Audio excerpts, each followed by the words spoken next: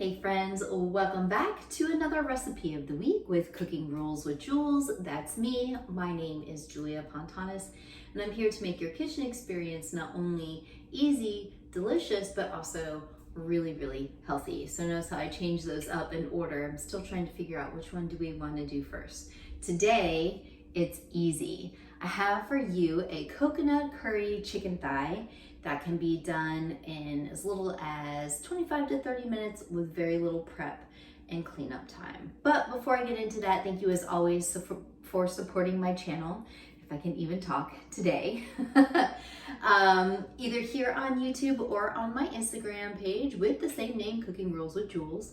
I love to hear from everyone, your feedback when you make these recipes. This actually happens to be in my cookbook, which I'll drop that link below in the description box, which is out now, which is my winter 2022 cookbook, not workbook. Yeah, clearly it's been a day. I definitely had some fun in the gym and I'm definitely starting to feel it now.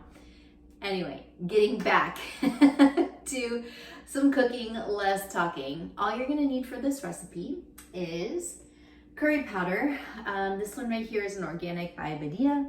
I like this one. This is more of like a Jamaican curry, but I'm today going to use a Colombo curry. So this one I believe has a little bit more fenugreek in it because it almost has a maple kind of overtone to it. So it's really delicious and it's going to be perfect with this chicken. I also have here about 1.5 pounds of chicken thighs, boneless, skinless. I just trimmed off the excess fat and salted with sea salt. And then of course, I have my unsweetened organic coconut flakes. So really important, we don't want this to turn into candy. We just want this to be really savory and delicious. All right, so I have my cast iron. This is my preferred method of cooking this particular meal. Over kind of like a medium-low heat because it's gonna need to be in here for a minute and I don't wanna burn things. So that's been heating up. I'm going to start by dusting my chicken thighs with curry. Now curry has turmeric in it, which is yellow, which will stain. So I highly recommend either doing this over the sink. You can wear gloves. I never measure, but I also know how much curry I like, and I like to give it a pretty generous coating here. Some of these pieces are a little bit bigger than others. And I'm gonna do it on the other side. So quick and easy, my pan is ready to go. I'm gonna take these guys. This one is the biggest one, so I'm gonna put it down first.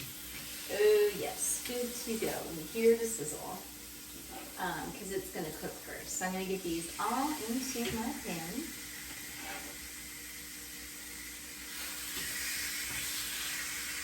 One more tiny one, they just fit. How exciting is that?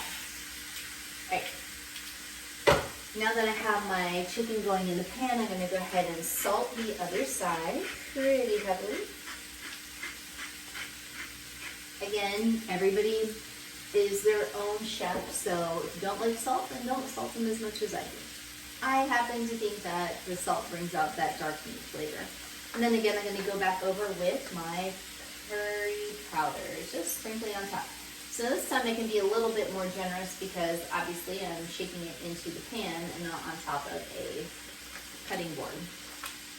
I'm gonna let these guys brown up in here for about a little bit longer than a chicken breast, right? So dark meat is very generous in that if you cook it a little longer, it still is incredibly moist and delicious. And truthfully, for me, I kind of like to have my dark meat chicken cooked a little bit longer. That's just my preference. That's a texture thing with me. Everybody is a little bit different, but remember it should always be to 165 degrees, right? So get your digital thermometer, make sure that baby is done.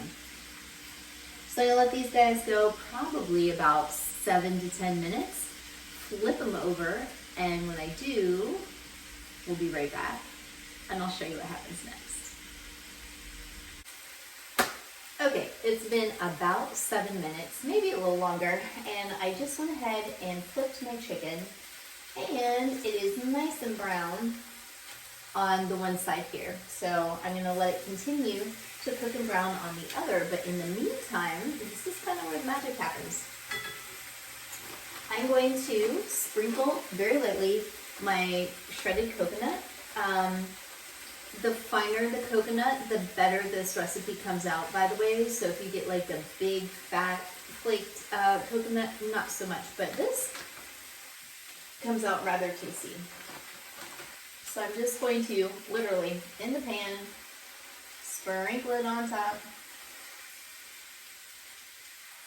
and just kind of let it hang out for a little bit until I go to flip my chicken again. Because coconut will burn, because it is high in fat, so it's also, and fiber, so it will burn, trust me. So I'm just gonna give it another 7 minutes, and then I'll flip my chicken again, brown the other side, flip it one more time, and then add coconut again. So that's basically the process for this one. Like I said, really quick, always comes out delicious, and a crowd pleaser. Stay tuned, we'll be right back. Okay friends, so it's been about another 7 minutes. I've dusted the other side of my chicken with the coconut. So I'm gonna go ahead and pull it on out and show you what's going on here. And also teach you a little trick.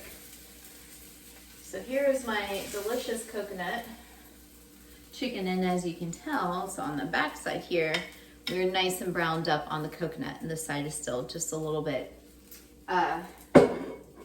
looking like in its raw form. Okay, so before I burn my pan, you can see it smoking here. I'm gonna deglaze, or use a little chicken stock to make kind of like a little bit of the extra juice and get off all the good stuff on the bottom, which by the way is called the fond, F-O-N-D. And that's where all that flavor comes out, and how I get off the extra coconut on the bottom of the pan and drizzle it over. So all it takes is a quick stir. Oh yeah. That is looking delicious. I'm gonna pull it off the heat, turn that off. Cast iron is hot. Okay. And then when I go to plate up my chicken, there we go, we have delicious topping. As always, thank you so much for spending some time with me in my kitchen with my recipe ideas. And please leave comments if you want me to cook something, if you made something you thought was terrible, just let me know. Because, hey, I'm just like you. I'm looking for something delicious and easy in my kitchen, and I'm just coming up with really fun ideas. Until next time, we'll see ya.